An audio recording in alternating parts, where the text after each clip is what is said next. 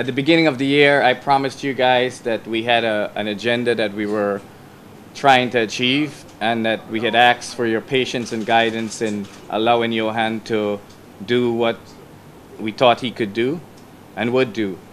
I also promised at the Olympics to all the Jamaican media that I would make him available at the appropriate time to answer any and all appropriate questions. I think today I'm keeping my word. I also would like to thank you for allowing him on his return home to be able to do his duties to the country and be able to go home and relax. And so today is a special day for him to just be here to talk to you guys. This is a press conference for the media. It's not a press conference for anybody else. It's not a PR stunt or anything like that. It's for you guys, because you guys have been patient with us and you've worked with us even when you didn't have to. So with that in mind, basically what we want to do is I'd like for you to raise your hand to ask some questions. I'd like for you to say your name, say your media house. We're going to have a microphone roving. I don't tell you he's going to be here all day, but we'll try to answer all questions, because after this he's going to take a little vacation, and hopefully, you know, he'll be able to go off and do his own thing, and, you know, you guys would be satisfied with him. We're not going to do any one-on-one interviews. I think, you know, after today you'll have enough material to write whatever you want to write. Hopefully you'll write whatever you want to write. So if that's okay with you guys, Yohan, I think, will say some words, and then we'll just move forward and getting this going. Any question that is about his foundation and stuff, or, you know, any other thing outside of what he may be answered. I mean, Melissa's here, I'm here, Mr. Spencer is here, so after, you know, he's finished, we can answer any questions that you might have about those things. I just want to thank God.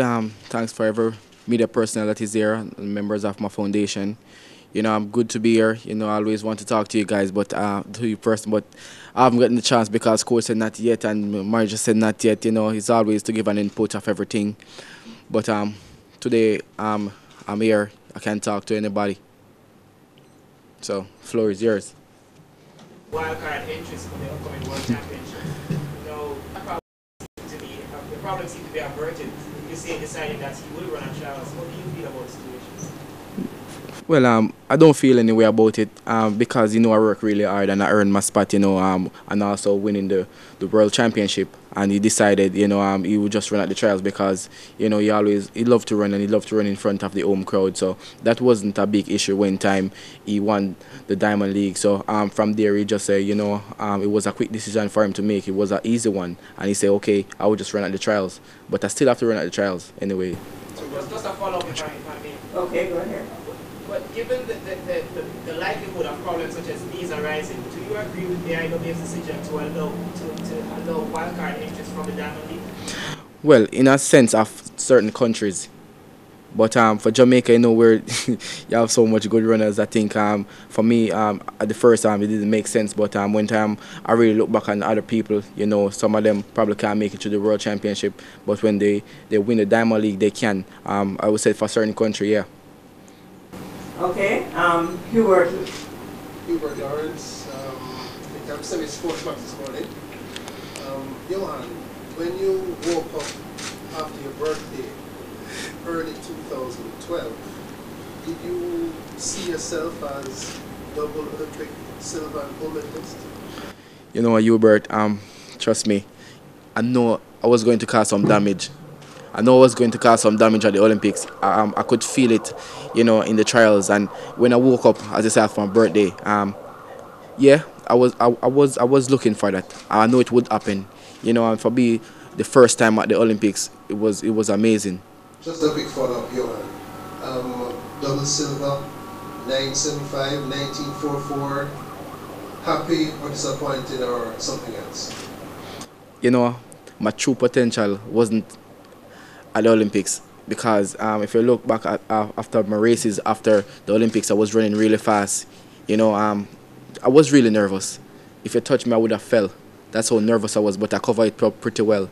It wasn't an easy stage. You have thousands of crowd, but I performed really well. I know it wasn't my best, but I learned. You know, it's my first time, and I get 2 silver and a gold. I'm happy. Yohan, Ricardo Chambers from the RTR Communications Group.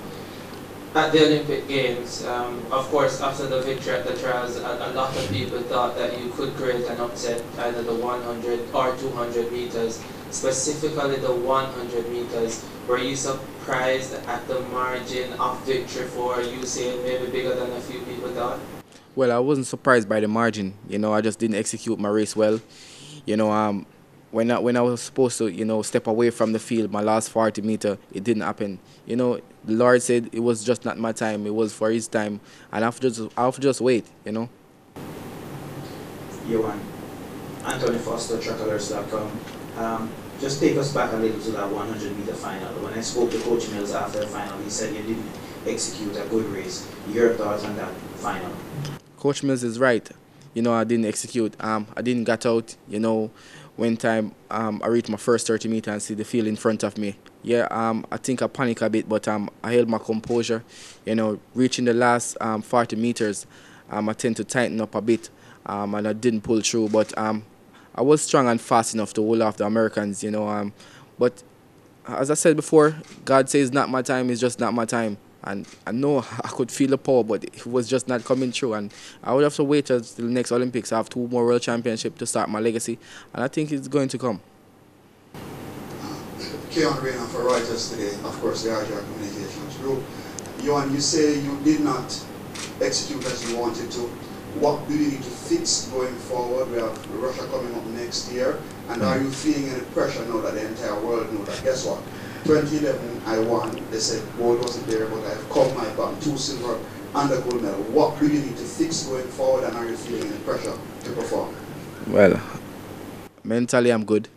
I have a wonderful coach, Glenn Mills. I'm not pressured. All of these moments expected. Going into next year, what I'm supposed to fix, I fixed it because I'm starting really well now. I'm still running strong at the end of the race. Around 9:69. I'm feeling confident more than ever, and I think next year, it's going to be really hard for anybody who are coming up against me, because I'll be much stronger and I'll be much fitter and I'll be much faster each year, day. Yohan, another question. Yohan Blake comes up with the Beast move. Yohan Blake goes to Lords. Yohan Blake has his own antics before and at the end of each race, and people say Yohan Blake is copying Usain Bolt. How do you respond to that? Well, I haven't copied Usain Bolt because I know he shoot up in the air like this, and I go like this. I'm much scarier. Usain Bolt, he has created a legacy, of course, in track and field, to free your mind, and it's a part of the club that he introduced, just to free your mind before the race. And I wouldn't say we're following him, but we're just in our own space, try to do something to keep ourselves, to don't think about everything and just to free your mind before the race. I came up with this Beast. Actually, he gave me the name, so I said, okay, he gave me the name Beast. I have to create something. And that's what I did. I created the Beast move. That's everybody in Europe love it. So I've just give them what they want. So I wouldn't say I'm copying him. Usain has recently stated that he's looking forward to the World Championship next year, as due to the false start, he wasn't able to defend this title, and you are the champions looking forward to running against you in that race. What are your views on that pending clash? Well, I can't wait. I always love to run against Usain, and each year I grow stages by stages. And I get more faster and I get more smarter and I learn the sports more. And for me next year, I think it's going to be really difficult. Anybody up against me, I think it's going to be fun. I love running against Usain, my training partner, wonderful guy. We'll always be friends. Whether lose, win or draw. So I think it's going to be an interesting one next year. Another question, if I may. Your manager pointed out just now that you'll be going on a vacation. But knowing the type of person you are and your work ethic, I don't suspect that this is totally true. What are your plans? Well, yes, I'm supposed to go on a vacation, but no, I like to keep active. I don't like to rest. As I say, I'm the beast, always up and down. And I love to keep active, because when I go back to training, I like to feel, something is there. And of course, I'm going to play some cricket. I'm going to have fun. Yeah. Well, when next are we going to be seeing on the cricket field? Well, early as tomorrow morning. Where are you on? In Spanish Town. You know, I have my first cricket match at 2020, and plus thing, I have the club for Kingston club coming up next Saturday. So I think the Super Cup T20 started. Lloyd Bedford, CBN Sports. Since you are cricket, what is this we're hearing about on BBC? You and Usain trying to make a name for yourself in the Australia League. You know, growing up, you know, I always want to bat against Brett Lee because you're saying he's really quick, you know, so I want to see what he's made of, you know, so, well, me and you saying, we always decide to say, you know, let's go to Australia and play some cricket. Let's check out the Big Bash and see what it's all about, you know. I know the guys are really quick and always ready, always be playing cricket. I have my bowling machine and batting machine at home, so, you know, to just practicing and getting ready for that. How much of a reality will that be? Real. Trust me, it will be such real that you can even imagine. I have to just talk to my manager because he have everything pending. Usain had said that he believes that the top runner should not be running that often against each other. How say you? Well, for me, you don't want the clash to get spoiled. But for me, I will run with anybody any day. And that's the type of person I am, you know. I don't back down from nothing. I never say never. You know, I always want to give the people what they want. You know, make them have fun. You know, they want to see two big person running, you know, and it will always be interesting. And people will always want to see that. And for me, given any day, we'll run whether fit or no fit. Finally, it seems like just the other day you was at Champs. True. You progressed. Every year at Champs you run faster. A slight hiccup somewhere in juniors, but the progression continues. You run faster every time. What would you credit all of that to? The Lord God.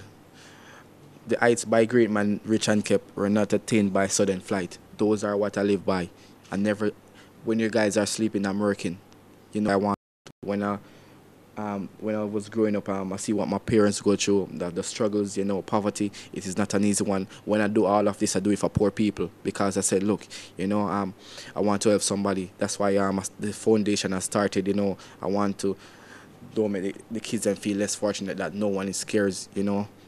So I'll do all of this through poverty. Earl Bailey, it's 92 FM, Sports Grill. You know, you ran 1926 last year. This year, you weren't so fast. You went back to the track, you tried to, you know, you could see.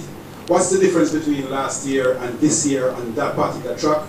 And I realize you're running faster after the Olympics, after the big races than ever. What do you do?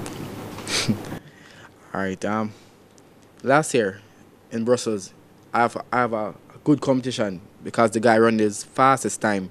You know, he run 19.5 and I run 19.2. When you have somebody as fast as Walter Dix, it make your adrenaline pump more and want to explode more. And I didn't have that in the race. When I came off the turn, you know, when you can feel somebody beside you, you can push more. I didn't have that push, you know. But run 19.5 was still pretty good by myself, you know.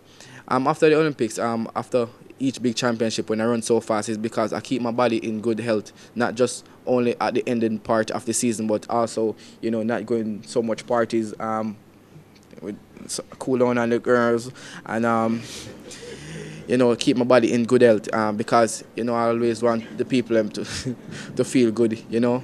So that's what I do. Some people call you on board, Batman and Robin. You're always together, Batman and Robin. You fight together. But when will you be Batman? Is it? As you see, as stages I grow. Each year I grow. I was being Batman for a while, you know, leading up to the Olympics. But after the Olympics, I went back down to Robin. But it's always good, you know. Sometimes Batman not there to save the people, and I can see in most of the races I was being Batman, you know, to save. You know, I was the man of the day. That was the race of the day, you know, because sometimes Batman, you know, tend to save the people. But one day I will, and it will be soon, you know, because I'm hungry. I want it. So one day. 2-4 John again. During the Olympics, you said that if your country needed to run 4x4, you'd be ready. Is the 400 meters something that you would consider? I know you ran a lot of 4x4s for St. Diego, at Pens, at Champs and so on. Would you consider the 400 meters? First question. Other question is, much was made going up to the Olympics that yourself and Blake and a boat we're not getting along, we're not training. Could you put that to rest officially? Yeah. We were always training. Sometimes the coach separated us because we were running too fast, because we were pushing each other too fast in training, and sometimes the clock tends to not working when we are running. But we never have that problem now, like not working together. We always be working together. We're trying to make people not come between us. So I think we still have a good friend. We're still being a good friend. Even the other day, he texts me and say, "Hope everything is going well," and and I love that. And then, the 400 meter. Whoa, I'm ready for anything. I always tell the coach, it's not an easy training, but I'm ready for anything. But I wouldn't take up the 400. I would run only the 4x4. Only the 4x4 if Jamaica needs me, because that's a medal, and I would like a fourth medal, of course, because I know I could do it. I know most of those guys can't beat me go the 400 meters when I really get that button in my hand and running for Jamaica. But if next year come around and they want me to run a 4x4, I will. Yohan, Hubert Lawrence again. Sports writers like numbers. When you were at St. Diego, I timed you at 4x4s in 2007 against Mershon Adams at Penn at 45.5. At a time when you were running 10.11 and 20.62. This year, Gibson, when your personal bests were 9.82 and 19.26, I timed you 45.5. It looked like you were walking at Gibson. If you're going to run the 4x4, what sort of number do you put on the potential Yohan Blake 4x4 split? Well, given my speed and given my strength, no doubt. It's a 400, so I can call numbers. Like somewhere around 44, Yeah, I know I can do that. Because it's no rocket science to tell my speed and my strength. But yeah, of course. I know I can go really fast in the 4x4. Because at Gibson, definitely I was walking, because it was supposed to be a clash between racers and racers, but it didn't happen. Andre from the Galena. Since we're talking about times, what is it that drives you? Fast times or medals? Records or medals? Medals. Definitely medals, because times, yeah, it will remember, because when you break a meet record, they say, oh, Yohan Blake did have that time, but medals always remain. When time you say, he's a silver medalist of this and he's a gold medalist of that, that's what counts. In Europe, going into the races, medal is what counts, because they are saying, okay, all right, this guy have certain medal. So I think for the future reference, I think medal is what count for me. All right, yeah, that watch that you're currently sporting was the source of most controversy at the Olympics. Can you give us a story behind it, please? This watch is a really amazing watch, After I will show you guys. It's a sports watch that I'm that Richard Mills and I am developing.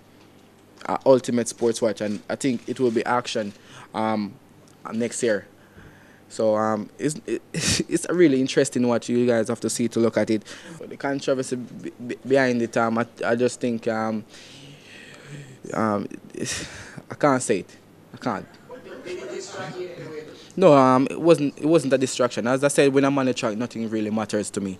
It's just go there and compete. Questions, the final time here from one, a recent announcement by the government. I don't think it's quite official yet. Last day, allowed cash incentive president for all the medalists. In fact, it now goes down to first six, plus for making the team.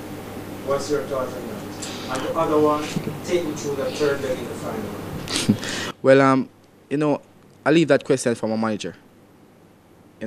He answered that pretty well, because I tried to stay out of that controversy with the cash thing. So you can leave it to him. But the second question, when I get that button, when I get that button, I just transform right away. I said, Tyson Gay has been beating me my whole life, growing up, and I said, look, not today.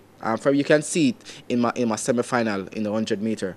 you know, I keep him off. But everybody will say, well, he even cry, you know, after I run leave him like that because he he got the button before me and I said, look, you know, anything it takes, you got to go. And that's what I did. I don't take any prisoners, you know, especially when time you're from another country. So I just get the button and I decide, said, look, I'm going to fly, and that's what I did. Yohan, not much of us kind of social net exists for sportsmen in Jamaica. And that's right. I know coming up, you have a contract with Adidas, so it's kind of easier to get through. What would be your suggestion to the powers that be, whether the J3 is, the government in particular, in terms of setting up something that young athletes coming through can make it to the top, as well as some sportsmen who we see languishing on the street, struggling without a kind of social welfare? You know, that is the question I've been waiting on. You know, over the years, you know, not many persons got this opportunity that we got. But I would love for the bigger heads, like the J3 or the person who is in charge of, you know, the sporting development in Jamaica, yeah, to help another person, because there are a lot of talent out there. You know, I spend most of my time, you know, going to different places, seeing different talent, going into the ghetto, and there are a lot of persons who can run, who can make it in life. And you know, I would like for them to, yes, to start a sporting program for them, because you know, enough of them can't facilitate themselves. Sometimes me myself have to give them money to say, look, you know, take drive, come to training, or I'll give them half of my gears. Right now I'm back and I give away half of my gears to people, because I want them to make it. And you know, I would love for them to put up something in place so that they can help the future, because yeah, we ourselves has been, you know, created by Adidas and our local sponsor, of course, and I would love for them, you know, to develop something for them also. Yeah, I wouldn't say it's my last question, but trending that way. So many good young sprinters around. You raised some of them in high school. There are some of your teammates somewhere elsewhere. Cameron just ran 997. Are you worried that some of the people in your peer group would catch and pass you? I'm not worried. Competition always good. Everybody have to develop, and I love that. You know, I have a cushion. I train really hard, and I love training. Not many persons love that. You know, it's always good for athletes to grow. I'm not worried like they will come and pass me. You know, everybody have to grow. Asaf have his time, Usain take over from him. Usain going to have his time, I'm going to take over from him. And one day somebody's going to take over from me. That's the way I look at it, and that's the legacy. I have to just keep my focus, know what I got to do, keep working hard, and just stay focused. And that's what I'm doing. You are getting faster every year. 9:69. Your time now is the second fastest time ever by a human. You know, before this year, most people would say Usain Bolt is clearly, his record is out of sight. But with 9.69, you know, you are in ballpark. Mentally, how do you feel when you think of 9.58 or faster? Mentally, it's possible. You know, but I don't really think about you know, world records or, you know, running 9.5. When I run that 9.69, you know, I was just going out there to have fun. And when people expected something of you, for me it don't happen. I like to surprise people. You know, I like when time I just run and it just happen like that, and all the eyebrows is like this up out there fired. You know, that's me. You know, when time I run that 9.26, nobody expected that. You know, and this year everybody said, okay, he's going to break the world record, and I'm glad it didn't happen, because everybody was expecting, you know, for me to do that. Probably next year when time nobody expecting anything, it happens, and that's how I run, and that's how it happens. You spoke about Tyson Gate earlier, that he cried after that 4x1. And the What's the relationship with you and the Americans? Well, we don't really have a relationship. We say I and, you know, bye, you know, because they hated us. They totally hated us, you know, because of our exploit, you know, and because we can run and we can have fun, and because of the dominance. We don't really have a relationship, because all Usain was saying, you know, Father God, please make Justin Gatlin is in my eats, because he want to disgrace him, you know, and but apparently it didn't happen, you know. But trust me, we don't have any relationship. Yohan Blake from the Jamaica Observer. You mentioned mentioned earlier that the question that Kian asked about support was one that you were waiting for. It's something that you've mentioned. Shelley and Fraser, when she came in the island last week, said something along the same lines. And Sapa Paul has said something similar as well. Is it that the athletes have come together and they've talked about their experience? Do you feel underappreciated by the government, one, and the Jamaican people? Is it a case of no matter what you do, it just never seems good enough? We haven't come together as athletes because we are from different camp and rivalry and all those stuff. But we are not fool. We see what is going on, and we're athletes, and we see other athletes suffered, and we have to help them ourselves. We have to use our own money and help them, and our own gears, and that's everybody's seen it. And Jamaica can be better at sprinting. We have lots of talent, but the support is not there. And we cry for the support every day. We go out and we look sponsors for them and try to get them their welfare up and their health. Also in races, we try to help a lot of them, called Coach Mills and Miss Cook, and with their good heart, help a lot of them and try to get them on track. So that's something that we are trying to push in Jamaica for them to start a sporting program for them. Follow up. We were speaking to Glenn Mills earlier in the week when you arrived, and he mentioned the fact that sometimes at customs they steal the goods that you guys are supposed to get to go train. How does that make you feel as an athlete to know that you're performing for your country and here are people trying to rob you of what you need to do well? Well, on that note, yes, most of the stuff sometimes you have one foot of your shoes and the next one is missing. But we're living in a society where everybody wants something, and even though if we say this and we say that, it's not going to stop. We can try our best and anything, but it's a society where we have to just give and take of what happens, But if we can put our foot down at a certain time and it can stop, why not? But I don't feel any way. I say the next man wants a shoes. I don't say he must steal it, but if he see it and he like it, take it. I have a lot of them, so. Yeah. I have a lot of them, and sometimes some don't have any. That's how I think. I like to help people. I love to help people.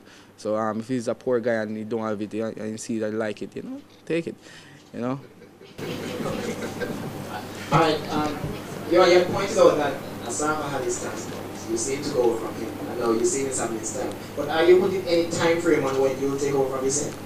No, I don't put any time frame. It just gradually happen. It just don't happen like that, It takes its time and climb and take over. But we just have to just sit and wait because the time is not far, it's near, And Usain Bolt said to me, Yohan, after the Olympics, he threw away the key. I need to find it. So I'm on that part of finding it. And just a quick follow-up. Have you as yet identified anybody who might take over from you? Every day athlete grow. You have Warren Ware, you have Bailey Cole, and we have Jazil Murphy, and all those guys coming up. Person coming up, and also you have a lot of more person out there, and you might never know who is who. So we have to just sit and wait because Bailey Cole is running really well, and I think next year starting he's going to even run faster.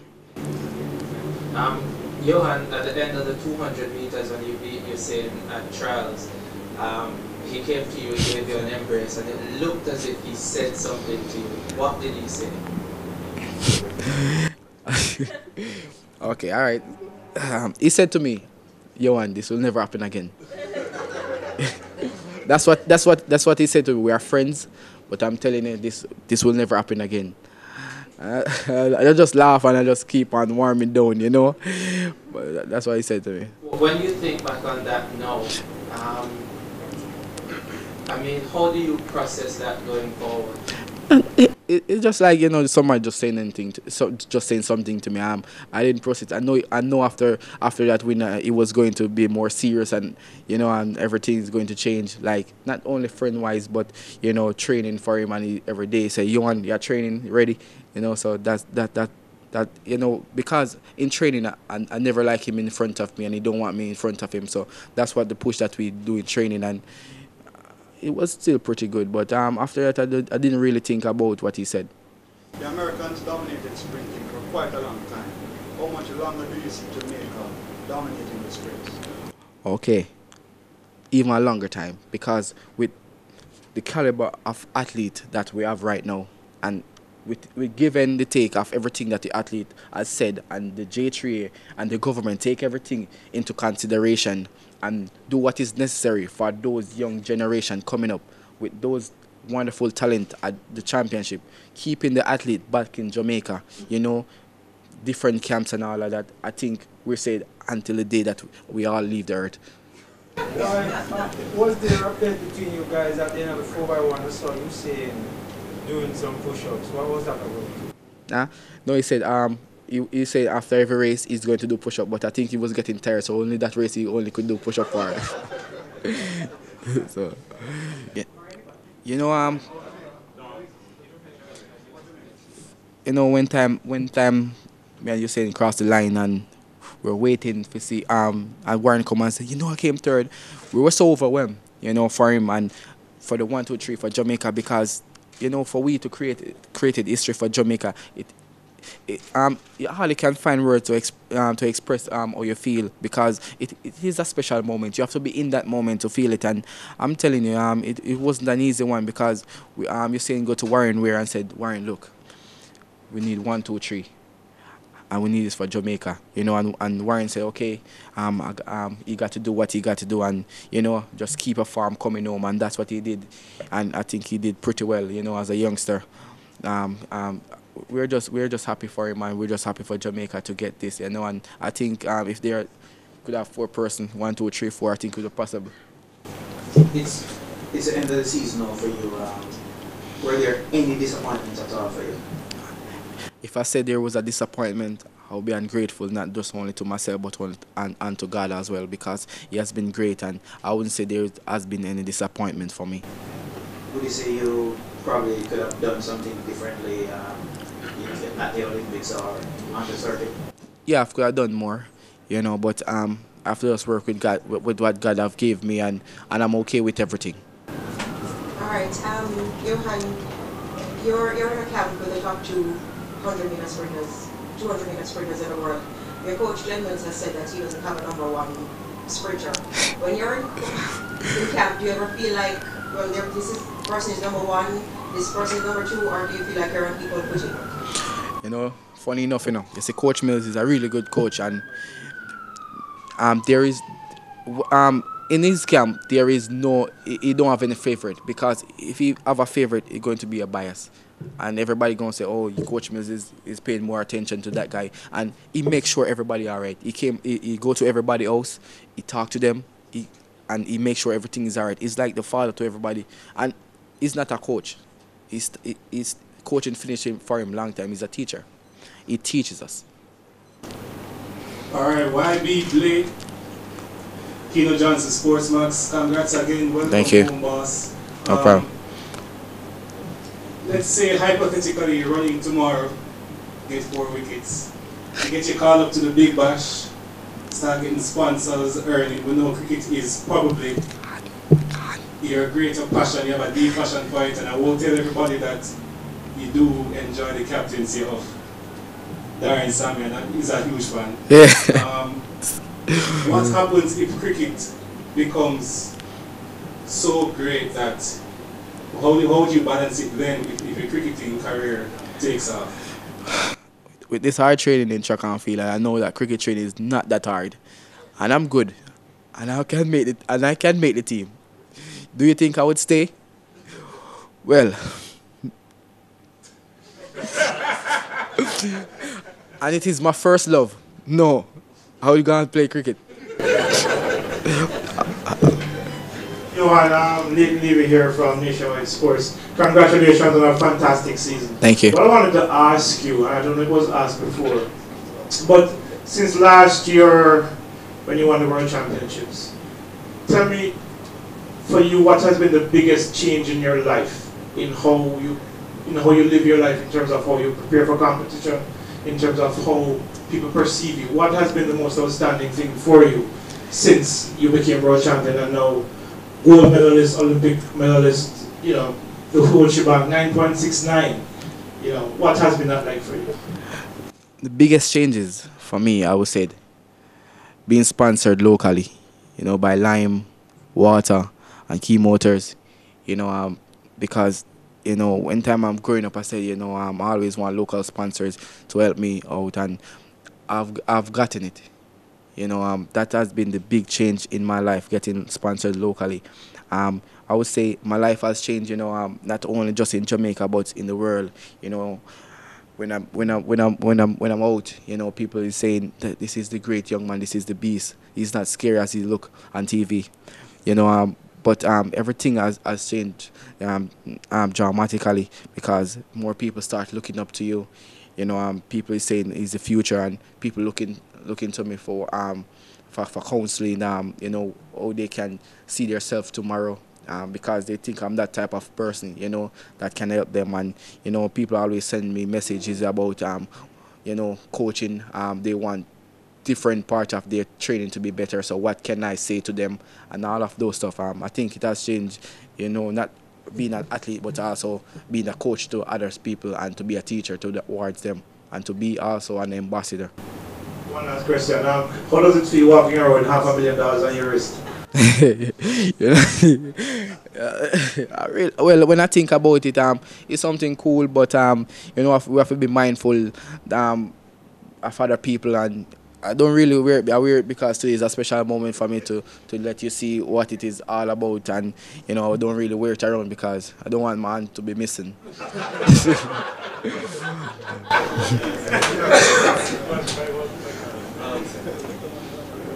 Question.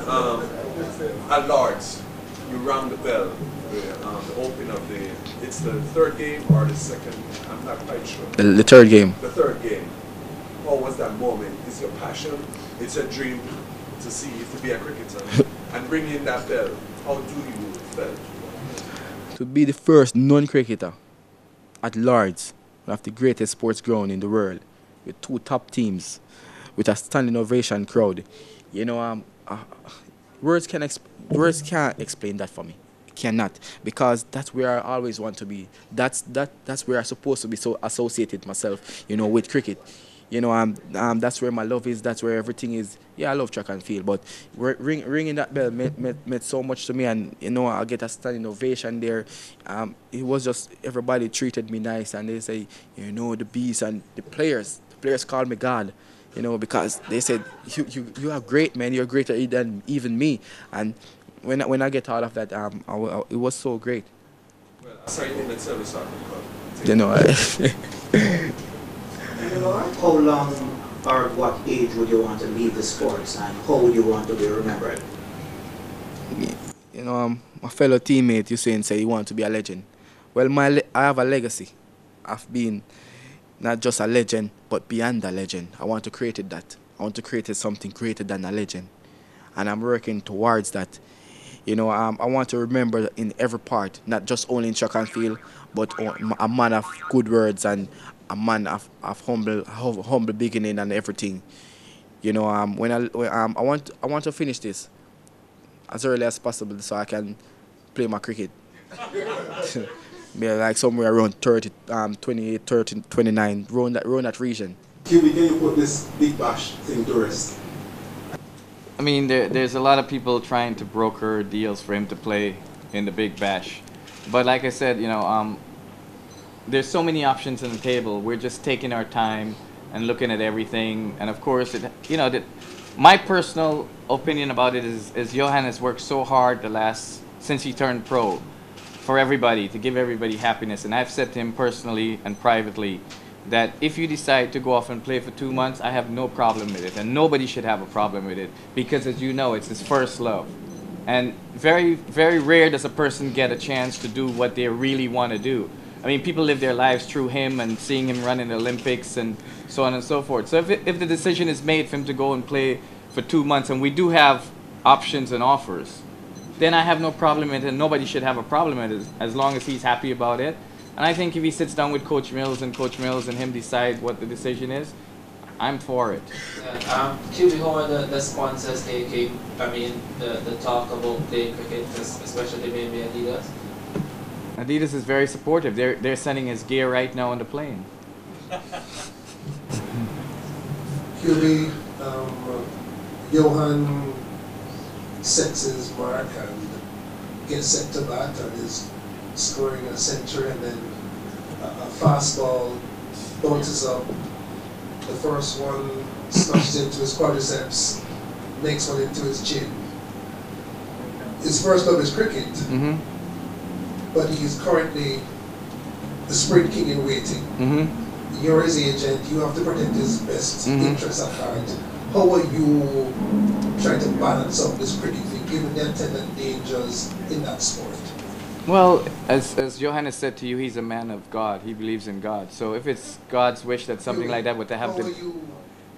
Well, I mean, like I think I answered the question. He's saying that I support him to play if that's what he wants to do, because I know what his love for cricket is. I know his desire. If Yohan is driving on the road and he sees a pickup match on the street, he stops and he watches it. How many of you stop and watch it? And that's his love. I think he's portrayed it to you guys how much he loves doing that. And many people in life go through life regretting that they didn't take a chance in doing something they like. I'm sure you have dreams that you've regretted not doing and you would like to do. But I'm saying if it's his desire to do it, I don't think anybody should try to dissuade him, because so many people have enjoyed what he's done in the Olympics and the World Championships and champs and everything. So why can't he just enjoy a moment in his life what he wants to do? And the people who are close to him know the passion and the love that he has for playing cricket. And so I support him, and I've said it from day one. And if anybody disagrees, and people have asked me the same question you've asked me, I can't say to Yohan in good conscience, don't go and play cricket. Why? Because I want him to run track, because I want him to do something that you might like or somebody might like. No, I'm not going to do that. He's going to make the decision, and you guys are going to be the first to know what decision he makes. I think you've gotten a good insight into the kind of person he is and the things he's thinking. And I'm happy that you guys have gotten to see the side that we see, his sponsors see, a witty side, a side that is very relaxed, and he's talking to you about things that you guys never dreamed he would tell you. And that's what I want you guys to see, that this is the person that when he's running and competing and you're wanting interviews and stuff, it's maybe not the best time to ask him certain questions, but he's sit here and he's relaxed, and you guys have gotten so much stuff that I don't think he would have ever told you about. Early first. He runs, Yohan, what I realize, he runs sparingly. I mean, this is not somebody who runs east, west, north, and south right around the world. You choose races for him sparingly. Why? Well, my philosophy is on quality and not quantity. I believe in that. And it works to me, and it just doesn't work for only Yohan, it works for all my clients. I always believe that the pot of gold is at the end of the rainbow. It's not at the beginning and not in the middle. And there's some times we've had some discussion and debates as to why I wouldn't let him run certain places and why I wouldn't. But I'm a good agent or a good manager. But I'm a great agent and manager when I have a client like Yohan and I have a coach like Coach Mills. And we sit down together and we map up our strategy. What works for Yohan does not necessarily work for another athlete. For instance, he doesn't travel well. He doesn't like to eat strange foods.